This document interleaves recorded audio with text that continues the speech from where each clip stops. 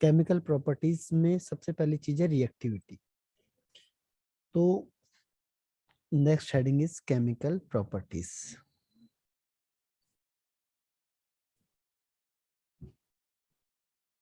Chemical properties, chemical properties में बताओ कि अगर रिएक्टिविटी चेक करेंगे हम तो कौन ज्यादा रिएक्टिव होगा, लिथियम, सोडियम, पोटेशियम, रुबिडियम या सीजियम?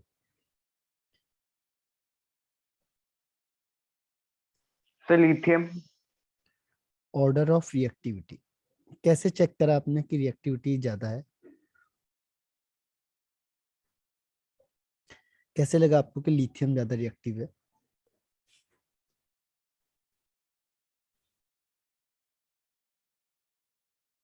देखो रिएक्टिविटी चेक करने का मतलब क्या है इसमें, देखो रिएक्टिविटी का मतलब ये होता है कि रिएक्शन कौन जल्दी करेगा, ठीक है। और यहाँ पे रिएक्शन करने के लिए क्या चाहिए इसको, जो ये कंपाउंड होगा, एलिमेंट होगा, उसकी एबिलिटी कितनी जल्दी है इलेक्ट्रॉन को लूज करने की, एबिलिटी टू लूज इलेक्ट्रॉन। जो जितनी जल्दी इलेक्ट्रॉन को लूज करेगा यानी उतना ज्यादा क्या हो जाएगा, वो रिएक्टिव हो जाएगा, उतनी जल्दी वो रिएक्शन को पार्टिसिपेट करेगा, ठीक है, उतनी जल्दी वो आयनिक बॉन्ड बना देगा। ऐसे समझ में? तो जितनी जल्दी वो इलेक्ट्रॉन को क्या करेगा, लूज यस करेगा, सर। उतना ज्यादा रिएक्टिव हो जाएगा। तो अब इनमें से कौन जल्दी इलेक्ट्रॉन को लूज करेगा?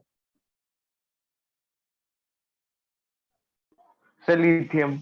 नहीं। सर सीएस करेगा जल्दी लूज। हाँ, क्योंकि साइज बड़ा है ना, साइज बड़ा यस होगा। सर, साइज बड़ा। हाँ, तो साइज बड़ा है और उसकी आयोनाइजेशन एंथैल्पी कम है, ठीक है। तो जो रिएक्टिविटी ऑर्डर है ये होगा, और इसका रीजन क्या है?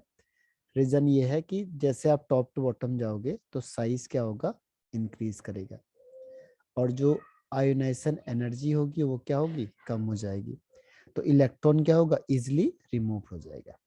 इलेक्ट्रॉन है जो वो क्या होगा, इजिली रिमूव हो जाएगा।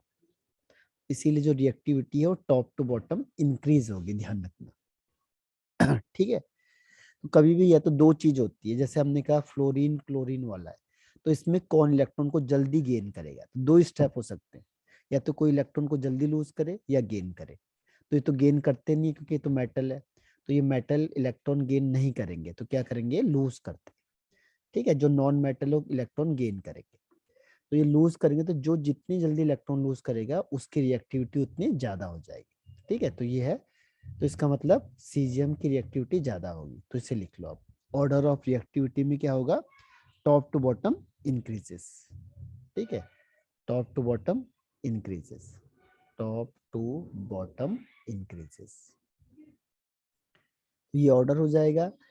कैसे चेक करेंगे हम, एबिलिटी टू लूज इलेक्ट्रॉन, कौन कितनी जल्दी इलेक्ट्रॉन को लूज करेगा वो उतना ज्यादा रिएक्टिव होगा, और यहाँ पे उतनी जल्दी वो आयनिक बॉन्ड बनाएगा, ठीक है। तो रीजन यही है।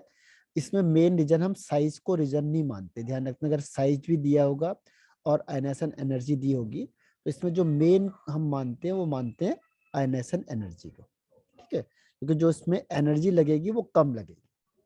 तो इन दोनों में दोनों आंसर दिए होंगे तो आपको प्रेफरेंस देना है आयनेशन एनर्जी को, साइज को हम उतना प्रेफरेंस नहीं देते कभी भी। Okay sir. ठीक हो गया। Yes sir. आप देखो इसके पॉइंट्स आ गए। फर्स्ट है रिएक्टिविटी टुवर्ड्स एयर, अब इसमें लिख लिया नहीं आपने? यस सर, लिख लिया।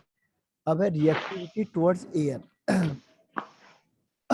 एयर का मतलब होता है ऑक्सीजन, कभी भी एयर वर्ड आएगा, air means oxygen, reactivity towards air, air means oxygen,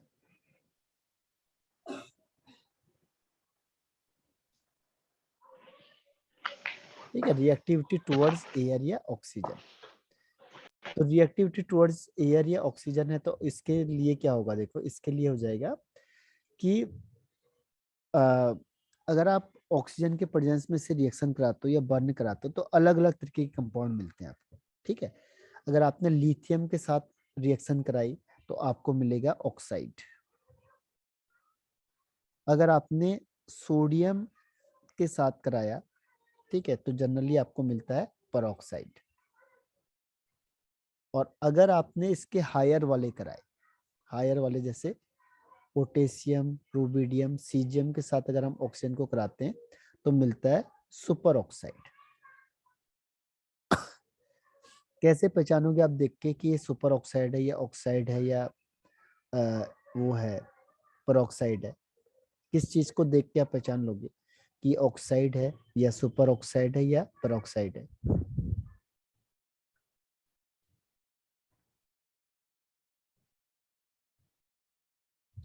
sir oxygen को।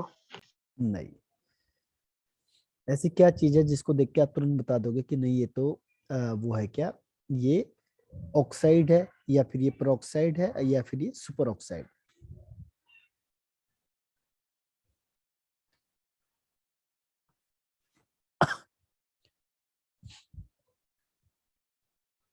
इसको देखना है हमने ऑक्सीडेशन स्टेट के बेस पे। ठीक है, किसके बेस पे? Oxidation state. अगर ऑक्सीडेशन स्टेट सपोज करो ऑक्सीडेशन स्टेट है -2 तो हम उसे कहेंगे ऑक्साइड।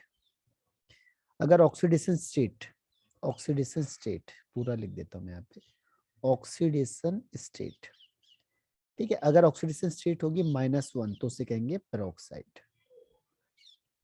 और अगर ऑक्सीडेशन स्टेट होगी -12 या फिर ऐसे लिखा होगा O2-, एक ही बात है, तो उसका मतलब हो जाएगा सुपर ऑक्साइड। सुपर ऑक्साइड, ठीक है, ये चीज है मेन। तो ऑक्सीडेशन स्टेट को देख के आप बता दोगे कि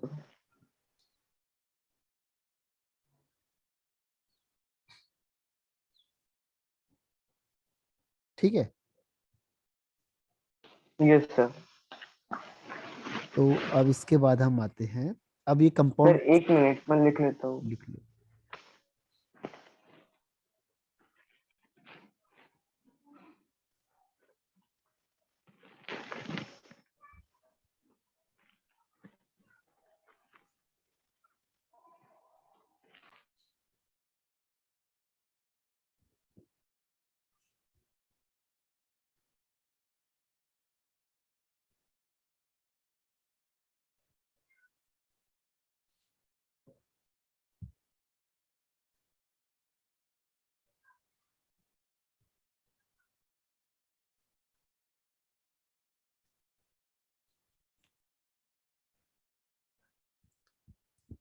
यस सर डन। डन। अब देखो अब यहाँ पे हम 1 बाय 1 करेंगे। जैसे मैंने कहा लिथियम प्लस ऑक्सीजन, ठीक है, तो लिथियम प्लस ऑक्सीजन गिव्स, अब देखो लिथियम की वैलेंसी होती है +1, ऑक्सीजन की वैलेंसी भी मैंने बताई आपको ऑक्साइड में -2, तो कंपाउंड क्या बन जाएगा? Li2O, तो इसे कहेंगे लिथियम मोनोऑक्साइड या ऑक्साइड। ठीक है लिथियम ऑक्साइड या मोनोऑक्साइड। अब दूसरी चीज मैंने आपको क्या बताया कि अगर लिथियम के अलावा सोडियम है और सोडियम को आप ऑक्सीजन के साथ रिएक्शन करोगे तो इसमें बनता है पेरोक्साइड। पेरोक्साइड का मतलब हो गया इसकी वैलेंसी होती है +1, ऑक्सीजन की होगी -1। ठीक है, तो कंपाउंड क्या बनेगा? NaO, या इसे कहते हैं Na2O2। ठीक है, तो ये हो जाएगा आपका सोडियम पेरोक्साइड। Sodium peroxide. और इसके हायर वाले, ठीक है, इसके हायर जैसे K+O2, तो ये बन जाएगा KO2। इसे कहेंगे potassium super oxide. Potassium super oxide. ऐसे अगर इसके अलावा रूबिडियम होगा तो रूबिडियम +O2 तो हो जाएगा रूबिडियम सुपर ऑक्साइड। ऐसे इसके अलावा सीजियम होगा, ऑक्सीजन हो जाएगा तो हो जाएगा सीजियम सुपर ऑक्साइड। ठीक है, तो rubidium super oxide, caesium super oxide. तो ये ऑक्साइड कैसे पता चला? इसकी जो ऑक्सीडेशन स्टेट है देखो O2, क्योंकि इसकी तो +1 ही होगी हर हमेशा, ध्यान रखना। तो ये क्या होगा? -1 होगा, तो O2 -1 हो गया, क्योंकि ये तो +1 ही होता है। ठीक है, ये तो +1 ही होगा हर हमेशा, तो ये -1 हो गया देखो। ठीक है, इसका एक का +1 है, दो का +2, तो ये दो के दो माइनस हो जाएंगे, तो ये पेरोक्साइड हो जाएगा। और ये 1+ है तो इसका 2- हो जाएगा, तो ये ऑक्साइड हो जाएगा। तो ये आपका रिएक्शन हो जाएगी पहली वाली, इसे लिख लो।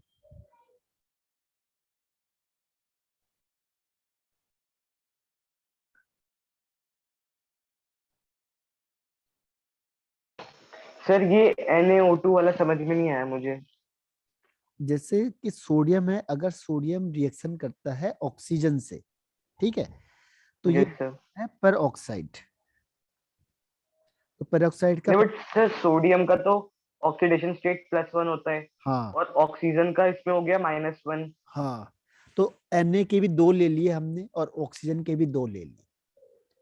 तो जनरली हम इसको शॉर्ट ओके सर। कहते हैं कि NO2 2-, जैसे मैंने कहा O2 2-, तो ये आपका पेरोक्साइड हो गया O2 2-।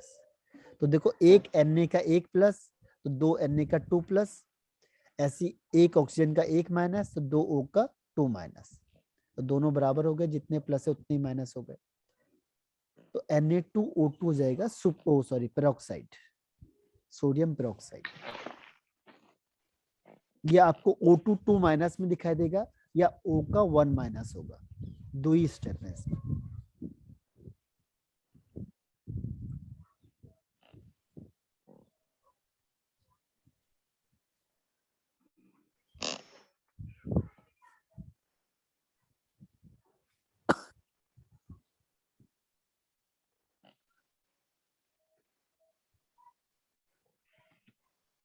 Yes sir done. Done. अब देखो ये हो गया आपका, और उसका अगर आपको स्टेबिलिटी चेक करनी है तो स्टेबिलिटी हम कहते हैं कि जो स्टेबिलिटी होती है वो इंक्रीज होगी। स्टेबिलिटी ऑफ पेरोक्साइड कहो या कहेंगे super oxide.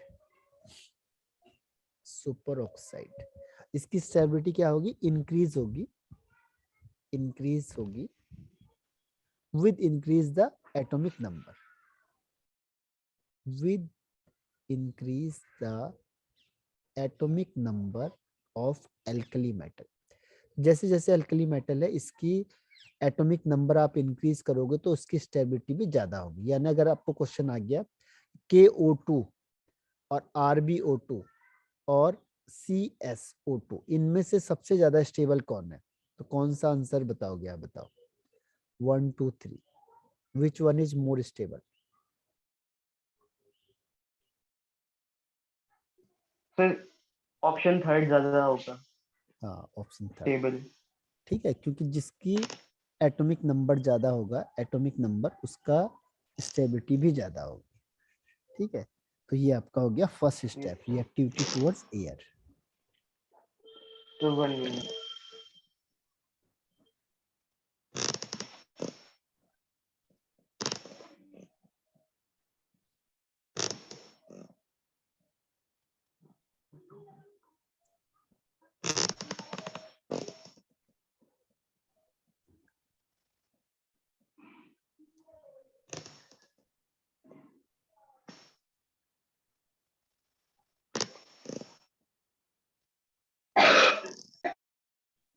Sir done.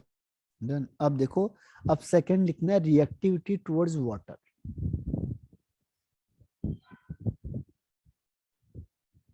Reactivity towards water, water के साथ इसकी रिएक्टिविटी कैसी होगी, रिएक्टिविटी, रिएक्टिविटी टुवर्ड्स वाटर, ठीक है। अब वाटर में अगर आप इसको डिसॉल्व करोगे तो क्या होगा, तो जनरली ये क्या होते हैं बहुत फास्ट रिएक्शन करते हैं लिथियम को छोड़ के, लिथियम थोड़ा कम करता है। ये सोडियम है, अगर आप सोडियम को वाटर में डालोगे तो दे कैच फायर, ठीक है। तो जनरली इन कॉमन क्या है, जितने भी एल्कली मेटल है, alkali metal react with water, react with water to form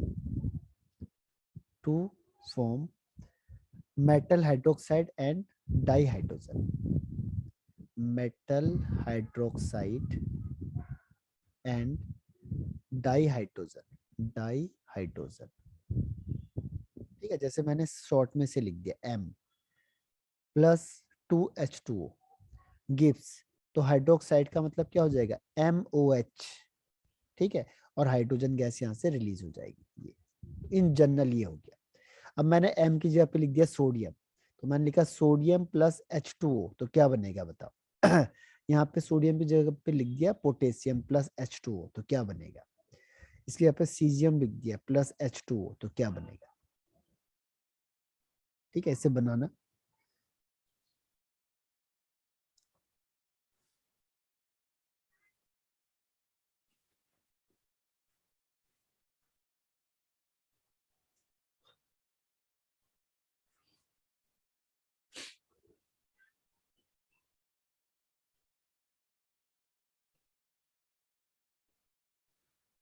sir Na plus OH, Na, Na plus हाँ plus OH।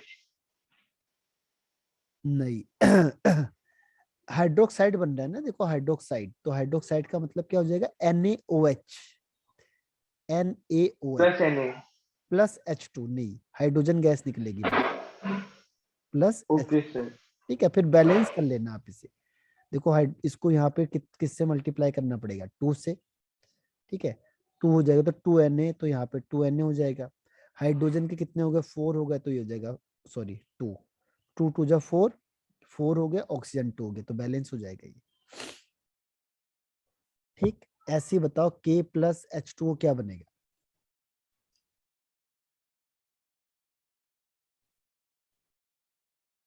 Sir KOH plus हाँ H2। हाँ, KOH प्लस H2, ठीक है, KOH प्लस H2, तो इसमें fix है hydroxide बनेगा हर एक का। और थर्ड वाला CS सर प्लस, थर्ड वाला होगा CSOH प्लस H2। हाँ ठीक है, तो ये जनरल है, अभी आपको याद रखनी पड़ेगी। अगर कोई भी मेटल रिएक्शन करेगा वाटर के साथ तो बनेगा हाइड्रोक्साइड, और हाइड्रोजन गैस क्या होगी, रिलीज होगी, ये फिक्स है। तो ये लिख लो पहली रिएक्शन इसकी।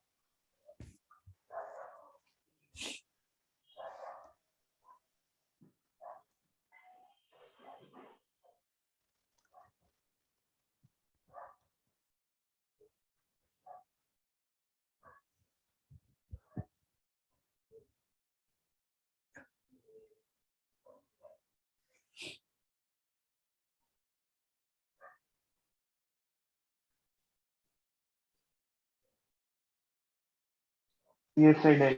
डन अब इसमें क्वेश्चन सर आता है यहाँ पे आपको, ये क्या लिखा हुआ है, फ्रॉम मेटल हाइड्रोक्साइड के बाद। And what, and hydrogen, and है ये, ओके सर। एंड हाइड्रोजन डाई। अब इसमें क्वेश्चन पूछता है आपसे कि एल्कली मेटल ठीक है, एल्कली मेटल, या जनरली सोडियम पूछ लेता है, सोडियम, इसको हम केरोसिन ऑयल में क्यों रखते हैं, why it is kept in kerosene oil,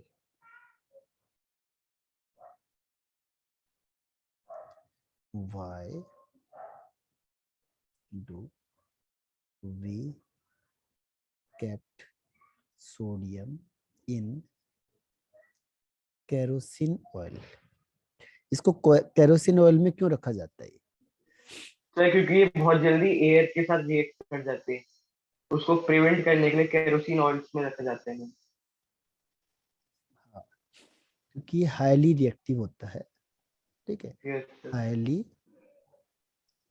reactive with water generally, ठीक है। रिएक्टिव होने से क्या होगा देखो, एंड कैच फायर, सबसे मेन चीज ये है आपकी, ठीक है, क्योंकि रिएक्शन होने से कुछ फर्क ज्यादा नहीं होगा, लेकिन उससे क्या होता है, आग लग जाती है। अगर आप हाथ में ले जा रहे हो इससे और हाथ आपका थोड़ा सा गीला हो गया तो वहीं पे क्या होगा, जल जाएगा, तो कैच फायर, ठीक है।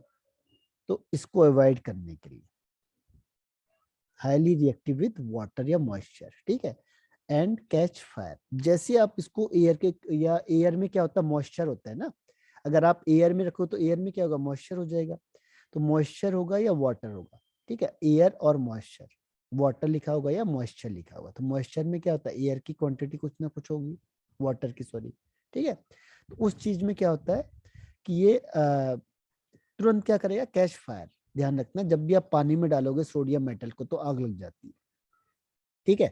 तो इसको अवॉइड करने के लिए हम उसे कहाँ रखते हैं, क्योंकि केरोसिन में क्या होता है, इन केरोसिन इट इज इनरिएक्टिव, केरोसिन में क्या होगा, ये इनरिएक्टिव होगा, रिएक्शन नहीं करेगा।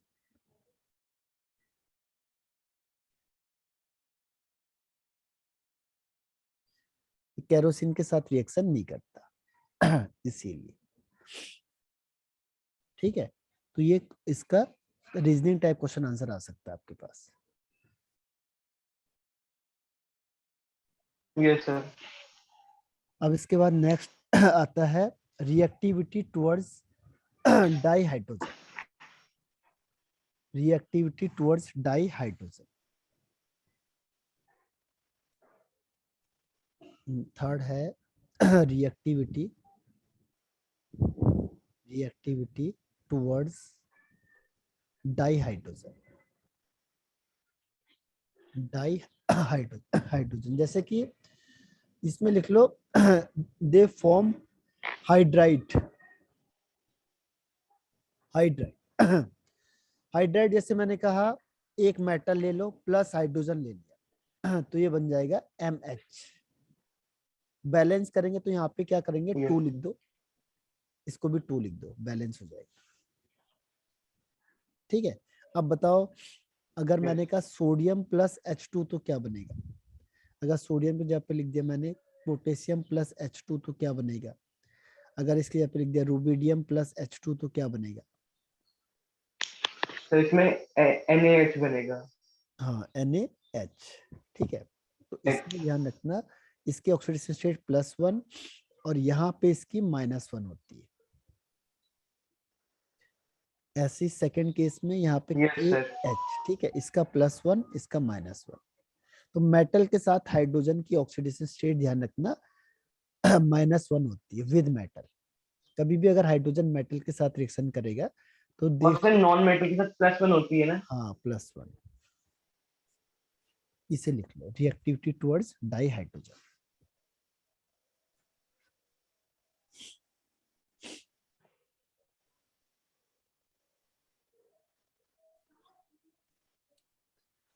Yes sir done. डन। अब इसके बाद नेक्स्ट आता है इसमें reactivity towards halogen. Reactivity towards halogen.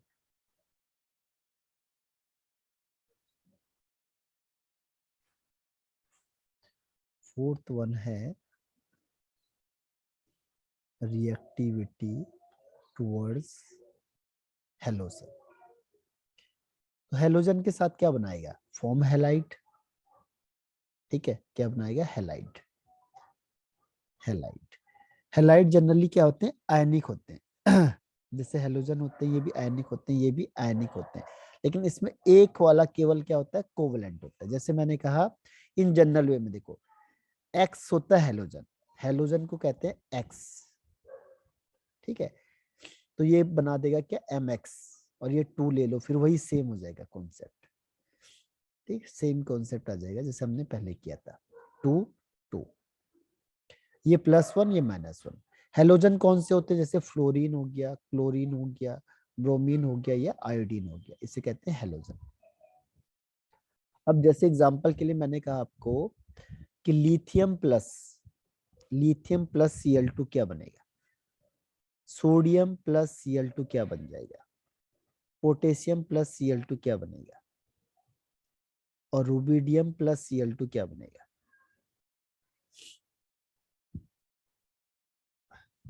इसे बनाना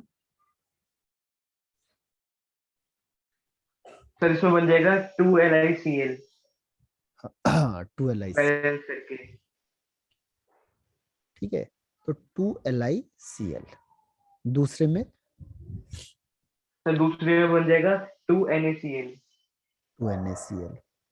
थर्ड वाले में सर इसमें बनेगा 2KCl। हाँ, और ऐसे 2RbCl। ठीक है, अब उसमें वो कहता है कि ये सारे के सारे होते हैं आयनिक, लेकिन जो LiCl होता है, ठीक है LiCl, ये LiCl होता है कोवलेंट। क्यों,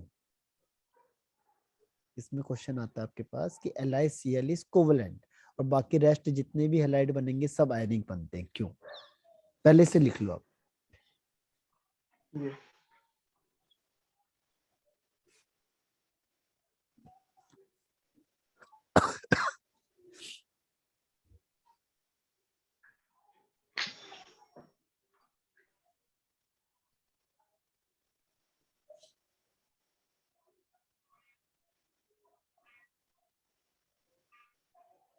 Yes, sir, done. Then अब इसमें क्वेश्चन लिखो कि why LiCl is covalent in nature. Why LiCl is covalent in nature. LiCl होता है कोवलेंट क्यों होता है? देखो कोवलेंट के लिए एक ही हमारे पास होता है बस, कौन सा? अगर आपको कोवलेंट करेक्टर को पता करना है तो एक ही रूल हमें लगता है, वो लगता है फजान रूल, जो कोवलेंट करेक्टर को बताता है। तो ये कहता है कि जितना साइज छोटा होगा, साइज जितना छोटा होगा उतना कोवलेंट करेक्टर ज्यादा होगा। ठीक है, पहली चीज। दूसरा, चार्ज जितना ज्यादा होगा उतना कोवलेंट करेक्टर भी ज्यादा होगा।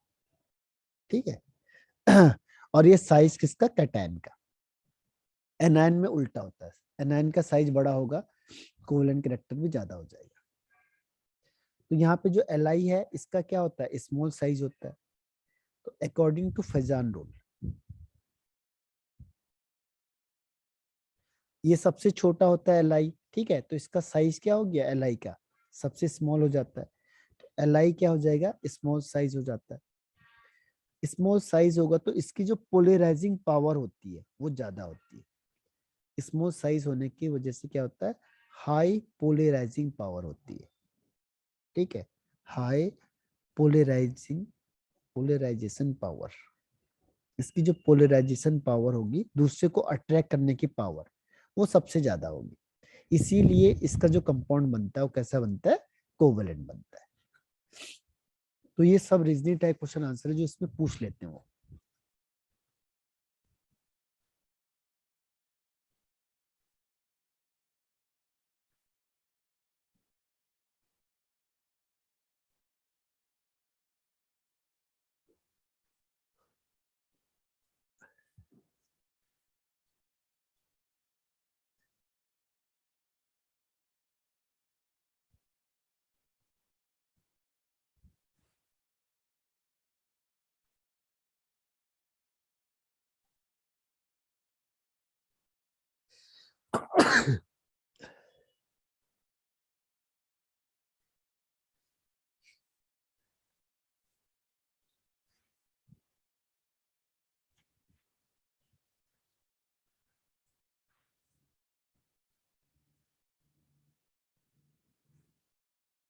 Sir, done.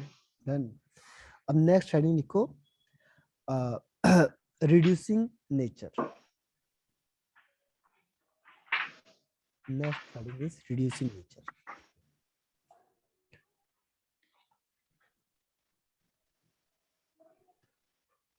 रिड्यूसिंग नेचर, ठीक है, रिड्यूसिंग नेचर। इसमें क्या होगा? रिड्यूसिंग नेचर में एक चीज आपको अभी क्लास 12th में पढ़ोगे कि रिड्यूसिंग नेचर में यहाँ पे एक वैल्यू आती है स्टैंडर्ड इलेक्ट्रोड पोटेंशियल या स्टैंडर्ड रिडक्शन पोटेंशियल। ठीक है, जनरली ये जो डिपेंड करती है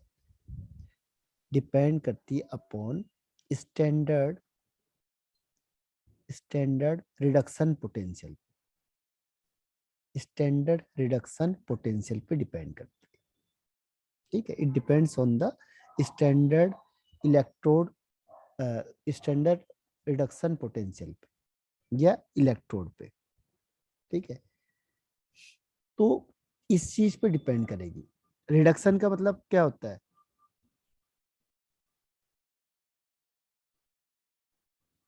इलेक्ट्रॉन गेन सर, करना जब या कोई लूज चीज करना? रिड्यूस हो रही हो, हाँ, रिड्यूस हो रही हो। जो इलेक्ट्रॉन को लूज करेगा या गेन करेगा? सर, लूज करेगा। नहीं, वो तो ऑक्सीडेशन हो गया। ये सर रिड्यूसिंग, गेन करेगा। हाँ, और जो रिड्यूसिंग एजेंट होता है वो होता है इलेक्ट्रॉन लूज करेगा। ठीक है, रिड्यूसिंग एजेंट क्या करता है? जो इलेक्ट्रॉन को लूज करता है। तो यहाँ पे वो कहता है, एक और वर्ड ओके आता है सर। इसमें, higher the value of, higher the negative value of, higher the negative value of E naught reduction. देखो इसको डिनोट करते हैं ई नॉट रिडक्शन से। ये जो पूरा वर्ड है इसको हम डिनोट करते हैं ई नॉट रिडक्शन से। इसकी नेगेटिव वैल्यू जितनी ज्यादा होगी, ठीक है, उतना उसका जो रिड्यूसिंग नेचर है ज्यादा होगा। More will be more will be the reducing nature. More will be the reducing nature. ठीक है, जितना उसका क्या होगा, नेगेटिव वैल्यू ज्यादा होगी, उतना उसका रिड्यूसिंग नेचर भी ज्यादा होगा। और ये जनरली 3 फैक्टर पे डिपेंड करता है। It depends on 3 factor. ये 3 फैक्टर पे क्या करेगा, डिपेंड करेगा।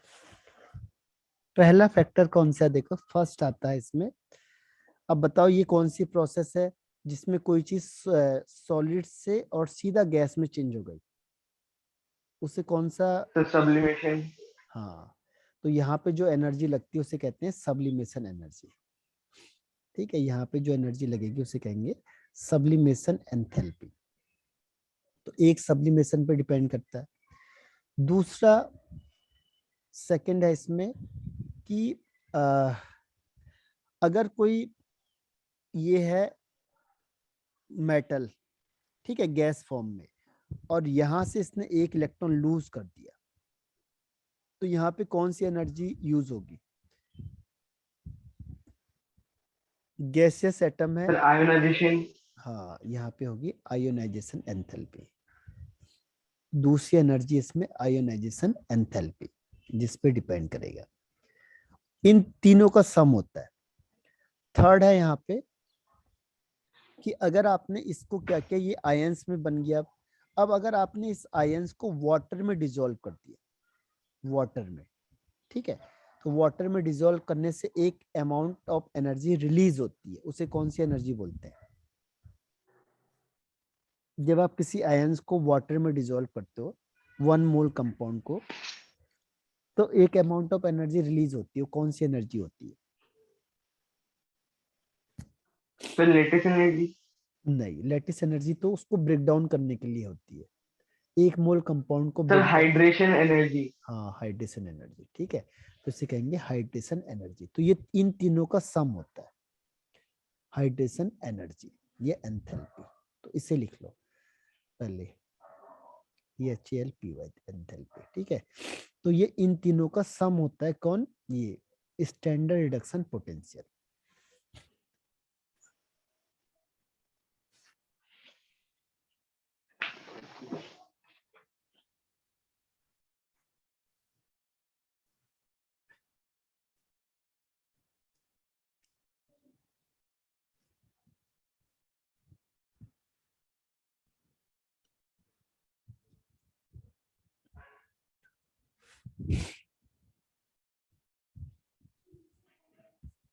Sir done. देन अब देखो क्या होगा कि जो ये आपका स्टैंडर्ड रिडक्शन पोटेंशियल, ये जनरली इन तीनों का सम होता है, sublimation energy plus ionisation energy plus hydration energy, इन तीनों का सम। ठीक है, तो अब क्या होता है एक्सपेरिमेंटली, क्योंकि जनरली क्या होता है reducing character top to bottom increase करता है, लेकिन यहाँ पे एक थोड़ा एक्सेप्शनल केस आ जाता है। एक्सेप्शनल केस आ जाता है कि जो लिथियम होता है ये सबसे स्ट्रॉन्ग, ठीक है, स्ट्रॉन्गेस्ट रिड्यूसिंग एजेंट होता है, स्ट्रॉन्गेस्ट रिड्यूसिंग एजेंट होता है, एजेंट होता है। ठीक है, जो लिथियम होता है वो स्ट्रॉन्गेस्ट रिड्यूसिंग एजेंट होता है, होना नहीं चाहिए था, ये सबसे कम होना चाहिए था। इसका रीजन क्या होता है, देखो इसका रीजन ये हो जाता है कि एक तो इसका सबसे छोटा साइज है, स्मॉल साइज होता है। ठीक है, अगर स्मॉल साइज होने की वजह से क्या होता है कि इसकी हाइड्रेशन एनर्जी बहुत ज्यादा हो जाती है, हाईएस्ट हो जाती है, हाईएस्ट हाइड्रेशन एनर्जी। ठीक है, अब इनमें से देखो कोई भी एक फैक्टर ज्यादा हो जाएगा तो कई बार ये चीज आगे पीछे हो जाती है। ठीक, तो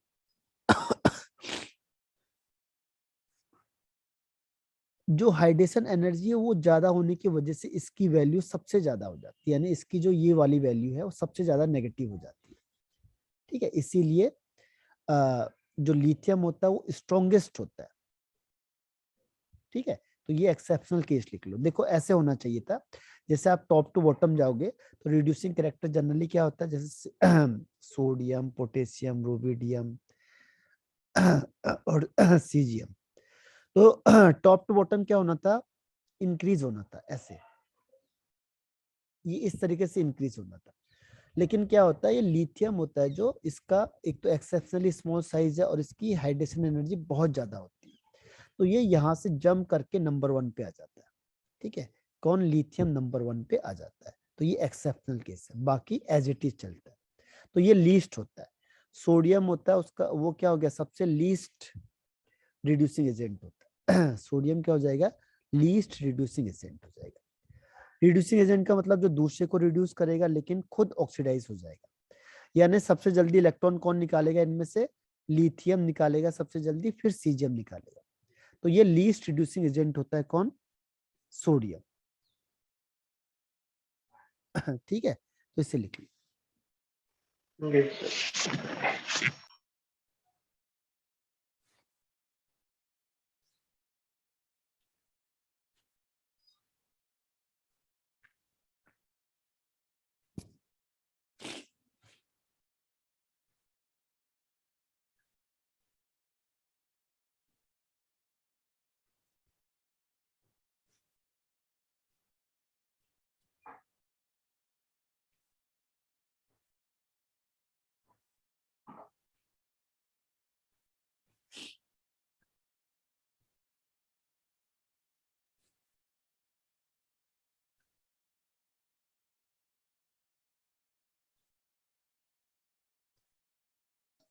Yes, sir, done. Done. अब देखो नेक्स्ट हेडिंग है solution in liquid ammonia. Next heading is solution in liquid ammonia.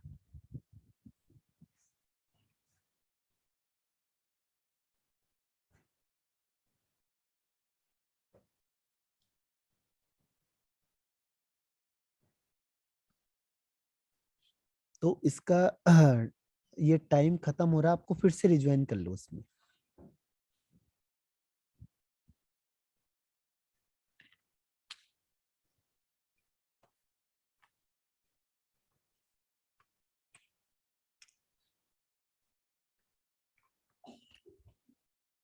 आवाज आ रही है मेरी?